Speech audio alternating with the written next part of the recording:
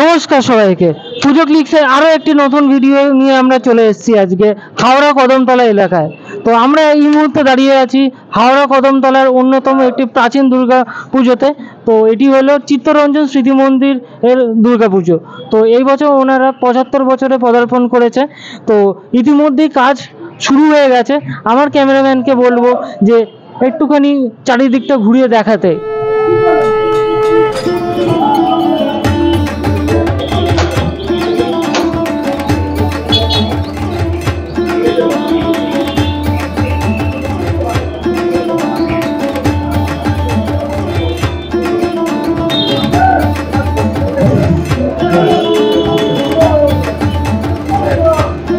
আমার সাথে এই মুহূর্তে রয়েছে চিত্তরঞ্জন স্মৃতি মন্দির ক্লাবের কর্মকর্তারা। ওনাদের মুখ থেকেই জেনে নেবো যে ওনারা যে 75 বছর এবছরে পূর্ণ করলেন, তো এই 75 বছরের জার্নিটা কেমন ছিল? এবছর আমাদের 75 বছর। এবছরে আমরা প্রত্যেক বছরে আমাদের একটা টার্গেট থাকে যে আমরা একটা অন্য রকম জিনিস করব। তো এই বছরে তো টার্গেটটা একটু বেশি, কারণ যেহেতু 75 বছর আমরা চাইছি যে আরেকটু ভালোভাবে মানুষের কাছে যাতে প্রেজেন্ট করা যায় সব কিছুটাই। সেই জন্য আমাদের কাজটার ব্যাপারে অনেকটাই বড় কাজ হয়েছে, আপনারা দেখতেই পাচ্ছেন। অনেক লোহার স্ট্রাকচার দিয়েও কাজ হয়েছে, অনেক লোহার পাত ইউজ করা হয়েছে, আর আমাদের সবই বায়ো ডিসপোজেবল জিনিসপত্র দিয়েই কাজটা হয়েছে পুরোটাই। সেটাই আমরা করার চেষ্টা করেছি। দেখা যাক এবারে কি হয়। তো আমরা সবাই জানি হাওড়া ময়দানে মেট্রো অলরেডি স্টার্ট হয়ে গেছে। তো হাওড়া ময়দান মেট্রো থেকে এখানে কিরকম ভাবে হাওড়া ময়দান মেট্রো থেকে এখানে সব টোটো এখান দিয়ে আসে, টোটো আছে, বাস আছে, যে কোনো কিছুতে আপনি চললে একদম কদমতলাতে তাদের স্ট্যান্ড আছে, কদমতলাতে চলে আসবেন। অনেক অনেক ধন্যবাদ তোমাকে। তো আমার সাথে এই মুহূর্তে উপস্থিত আছেন চিত্তরঞ্জন স্মৃতি মন্দিরের থিম শিল্পী শান্তনুদা।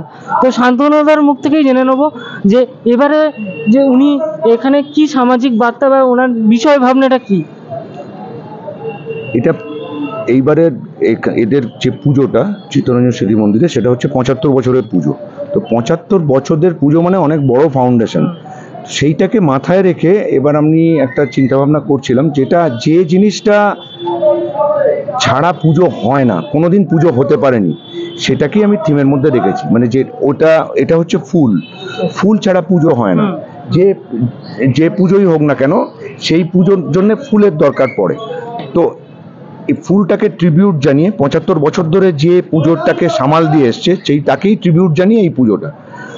এবার সামাজিক বার্তা তো আছেই, দ্বিতীয় কথা হচ্ছে যে ফুল হলো আমাদের কাছে এমন একটা জিনিস যেটা প্রকৃতির দান, সেরা দান হিসেবে আমরা মানি। যেভাবেই খুশি আমরা যুগ যুগ ধরে মানতে এসছি যে এইটাই আমাদের প্রকৃতির সেরা দান। তার বর্ণ, গন্ধ, তার কোমলতা, তার সৌন্দর্য, তার নিরপেক্ষতা, সব থেকে বড় কথা। ফুল একটা নিরপেক্ষ জিনিস, যে কোনো কিছুতে ফুল চলে।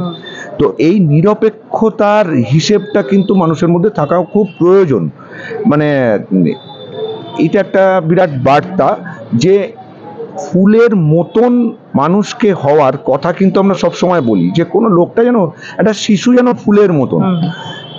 আর তৃতীয় কথা হচ্ছে যে এই জিনিসটার নাম হচ্ছে উদযাপন, সেলিব্রেশন অফ লিভিং। আমরা যে বেঁচে আছি, আমরা যে চলছি জীবনের বিভিন্ন পর্যায় দিয়ে, তাতে হাজার হাজার টাইম আসে যেগুলোকে আমরা সেলিব্রেট করি। এই সেলিব্রেশনের বেশিরভাগ সময় কিন্তু ফুলটা কমন। জন্মালেও ফুল, কেউ কিছু একটা ভালো কিছু করলো, তাকে একটা ফুলের স্তবক দেওয়া হলো। তারপরে কেউ যদি কারুকে একটা প্রপোজ করতে যায়, সেখানেও একটা ফুল। কোনো ভালো কিছু করলে তাকে মালা দিয়ে বরণ করে নেওয়া হয়। বিবাহ হয়, ফুল ছাড়া হয় না। যে কোনো রকম পুজো যেটা ঠাকুরকে আমরা অর্পণ করি, সেখানেও ফুল। সব কিছুতেই ফুল আসছে। এমনকি মৃত্যুতেও যখন আমরা চলে যাই, তখনও পর্যন্ত ফুল দিয়েই কিন্তু আমরা করি। এবং আমাদের এই যে সমস্ত কিছু পুষ্পাঞ্জলি যেটা দিই দেবতাকে, আমাদের পুরাণ হিসেবে, সমস্ত কিছুর গল্প হিসেবে আমরা যেটা জানি, যে যদি আমরাও খুব ভালো কিছু করি, তাহলে ওপর থেকে পুষ্প বৃষ্টি হবে। দেবতাও রিটার্ন ব্যাক করে পুষ্প দিয়েই। ওটাই বেস্ট গিফট দেওয়া নেওয়া করার জন্য।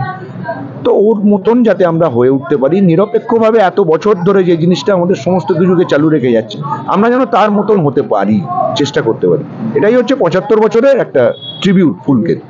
আচ্ছা দাদা, এই যে অনবরত বৃষ্টি হয়ে যাচ্ছে আমরা দেখছি কিছুদিন ধরে, তো এইটা আপনার কাছে কতটা চ্যালেঞ্জিং? এই কাজটা বৃষ্টির মধ্যে করাটা কতটা চ্যালেঞ্জিং হচ্ছে?